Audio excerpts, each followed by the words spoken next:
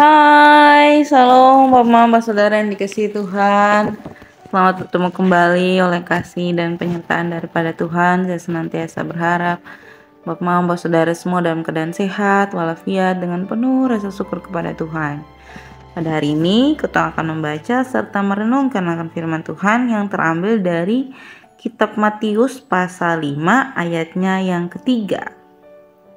Matius pasal 5 ayat 3. Namun sebelum itu, mari kita semua satu hati di dalam doa. Kita berdoa.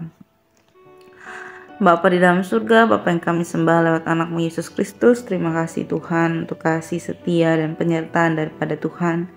Kami boleh menikmati malam yang indah dan kami boleh bangun di pagi hari dan tubuh sehat dan nyaman.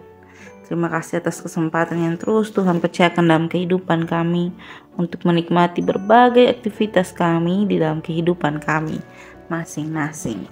Pada saat ini Tuhan, kami mempersiapkan diri pribadi kami untuk membaca serta merenungkan firman Tuhan. Kami memohon Tuhan memberkati, biarlah apa yang kami baca, apa yang kami renungkan, semuanya itu boleh menjadi kekuatan bagi kehidupan kami, serta boleh kami laksanakan dimanapun kami berada. Mengampuni salah dan dosa kami Tuhan, di dalam anakmu Yesus Kristus kami telah datang dan berdoa. Amin. Bapak Mama Saudara yang dikasihi Tuhan, pembacaan kita terambil dari Kitab Matius, Injil Matius pasal 5 ayatnya yang ketiga. Di bawah perikop khotbah di bukit, ucapan bahagia. Berbahagialah orang yang miskin di hadapan Allah, karena mereka yang mempunyai kerajaan sorga. Demikian juga akan firman Tuhan yang dikatakan berbahagia adalah setiap kita yang tidak hanya membaca, mendengar, tetapi benar-benar bersungguh-sungguh mau melakukan dalam kehidupan kita hari lepas hari. Salam Bapak Mama Saudara semua yang dikasihi Tuhan, selamat berjumpa kembali. Hari ini kita membahas dari kitab Injil Matius. Menarik karena cuman satu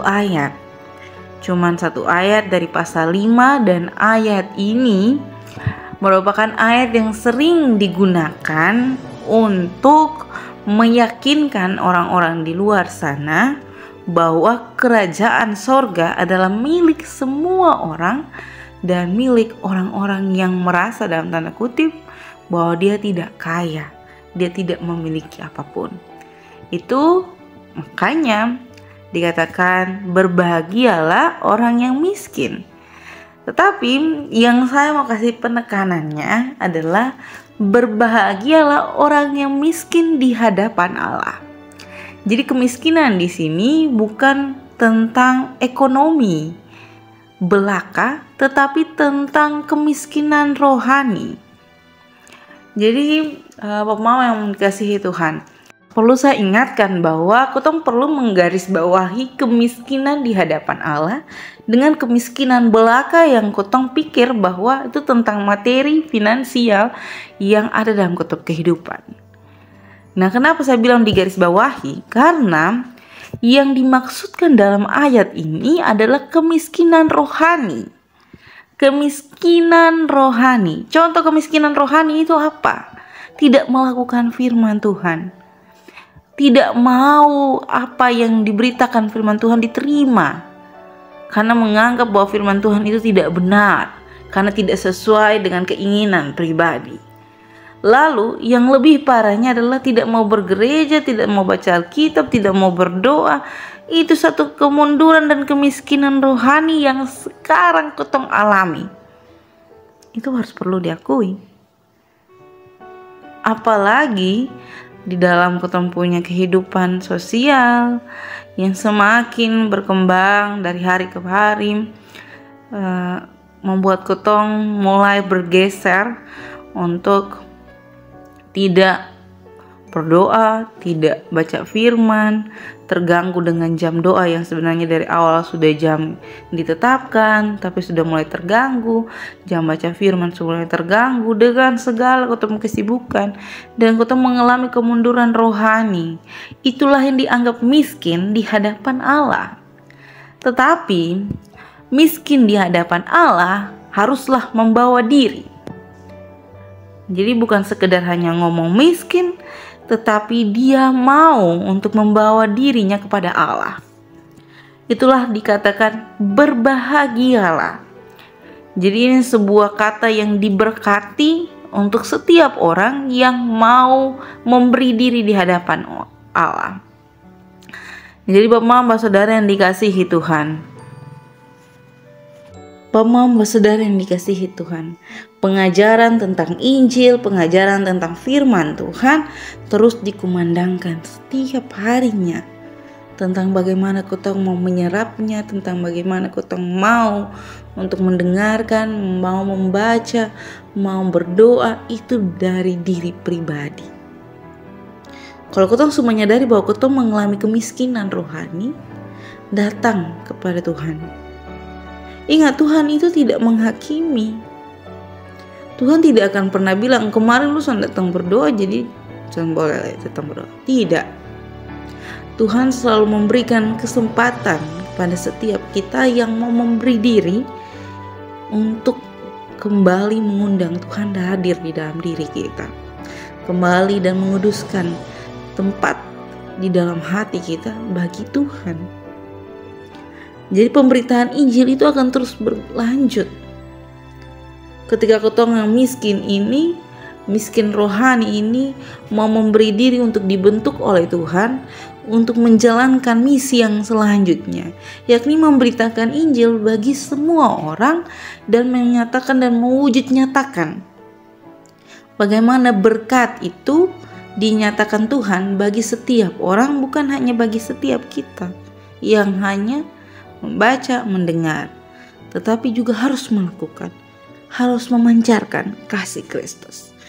Bapak Saudara yang dikasihi Tuhan, jadi ini yang perlu saya ingatkan, saya tanamkan di dalam pribadi lepas pribadi dalam pemikiran kita masing-masing.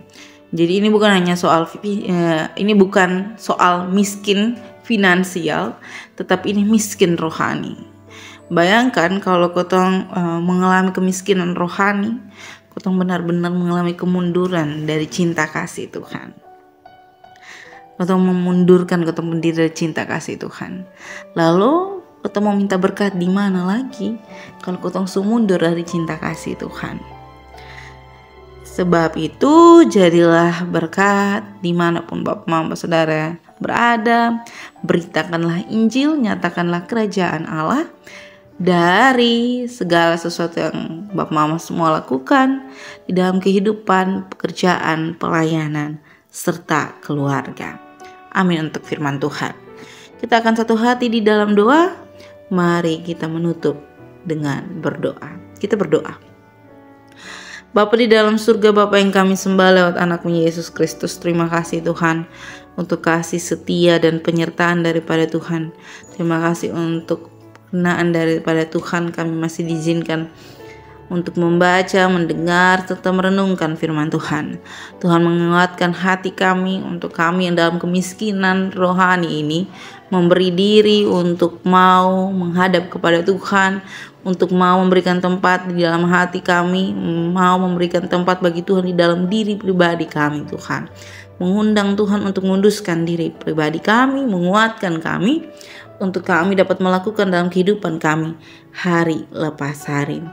Bapa dalam surga, kami doakan pribadi lepas pribadi, pekerjaan, pelayanan, suami, istri, anak, orang tua kami, kesehatan kami, pelayanan kami, segala sesuatu yang kami gumulkan di hadapan Tuhan, sukacita, duka cita kami taruh dalam tangan dan pengasihan Tuhan.